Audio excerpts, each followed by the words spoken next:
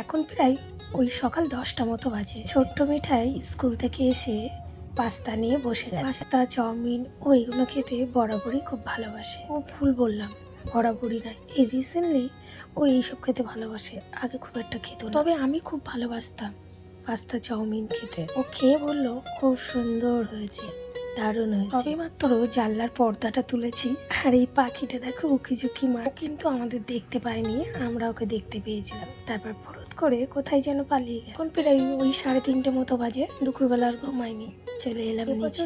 ছাঁচি পেঁয়াজটা কিন্তু খুব ভালো হয়েছে, মানে বেশ বড় বড় হয়েছে। এত ছোট ছোট হয়, কাটাই যায় না। পেঁয়াজটা কিন্তু তরকারি খাওয়ার জন্য নয়, শুধুই কাঁচা মুড়ি দিয়ে কিংবা ভাত দিয়ে খাওয়ার জন্য। তবে জানো তো, এইগুলো আমি জানতাম না, এখানে এসে শিখেছি কিংবা জেনেছি। আগে কাঁচা পেঁয়াজ দেখলে নাক সিটকাতাম, তবে এখন খাওয়ার অভ্যাস হয়েছে। তবে জানো তো, আমি কখনো জানতাম না পেঁয়াজ কাঁচা খাওয়ার জন্য চাষ করে।